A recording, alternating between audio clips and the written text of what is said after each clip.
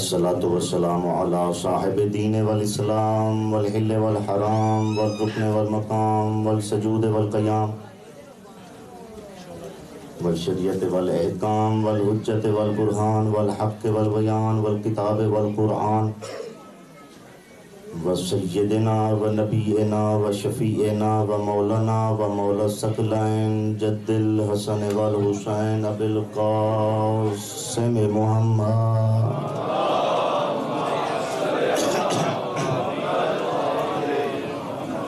وعلى آل بيته الطيبين الطاهرين المنتخبين المنتجبين المظلومين الذين أذهب الله عنهم الرجس وطهرهم تطهيرا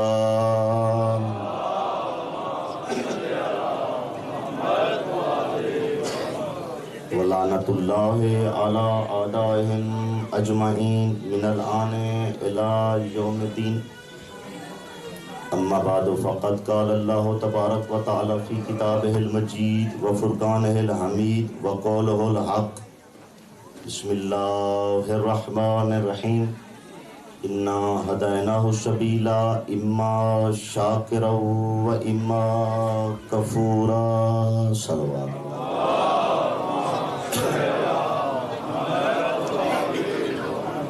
نعرہ تکبیر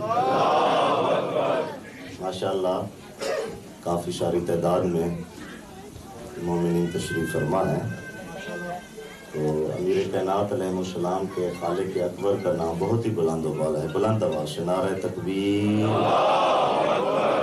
نعرہ رسالت نعرہ رسالت حسینیت حسینیت یزیدیت یزیدیت اہل بیت علیہ السلام کے تمام دشمنوں پر لعنت مل کے کل ایمان نعرہ حیدری پھر بھی بلند آواز سے نعرہ حیدری تمام مومنین جس کے دل میں آل محمد علیہ السلام کی محبت ٹھاٹھے مار رہی ہے بلند تر صلوات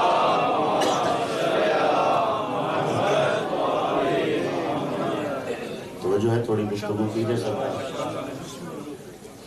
سامعین گرامی قدر ارباب دانش اہل علم حضرات خوش نصیبی سید بادشاہ قبلہ صاحب پڑھے لکھے چہرے تشریف فرما ہے پھر مجھے موقع ملا آپ مومنین کی زیارت کا شرف ملا ماشاءاللہ آپ کی سماعتوں پہ کوئی شک نہیں ہے بہت ہی خوبصورت انداز سے آپ سماعت فرماتے ہیں انشاءاللہ آج کی مجلس سے بھی آپ محسوس کریں گے کہ کوئی دو چار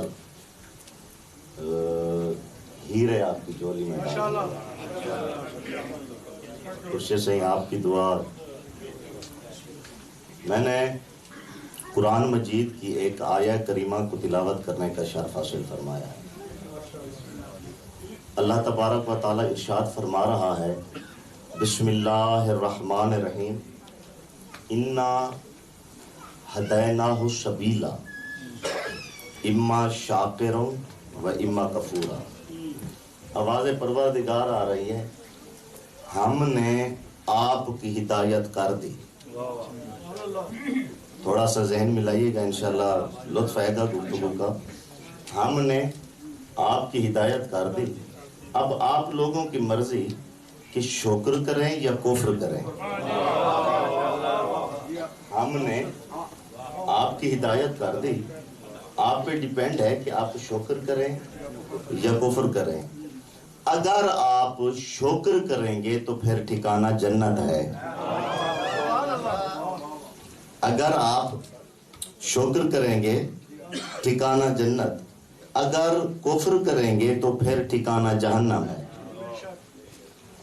اللہ نے انسانوں کی ہدایت کے لیے دو منصب بنائے اللہ نے انسانوں کی ہدایت کے لیے دو منصب بنائے ایک ہے نبوت کا منصب ایک ہے امامت کا منصب نبی بھی من جانب اللہ امام بھی من جانب اللہ نبی بھی اللہ کی طرف سے امام بھی اللہ کی طرف سے. کل لفظ امام پہ گفتگو ہوئی تھی, آج میں تھوڑا سا انشاءاللہ چینج ڈالنے لگا ہوں. نبی بھی اللہ کی طرف سے, امام بھی اللہ کی طرف سے.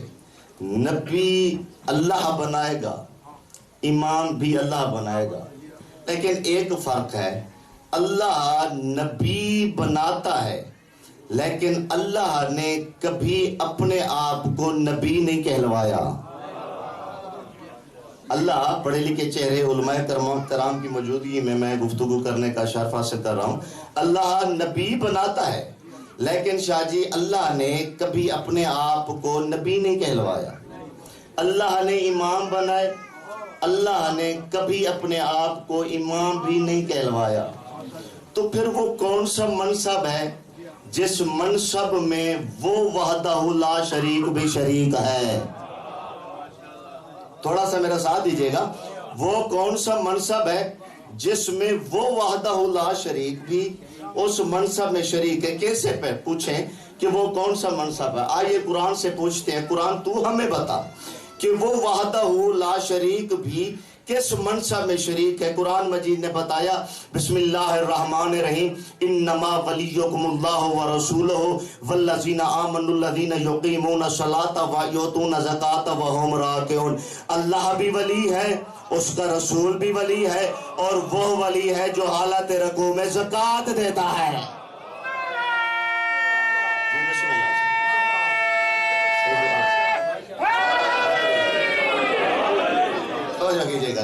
انشاءاللہ میری کوشش ہوگی گفتگو میں مشکل کشا کے صدقے میں آسان کروں گا.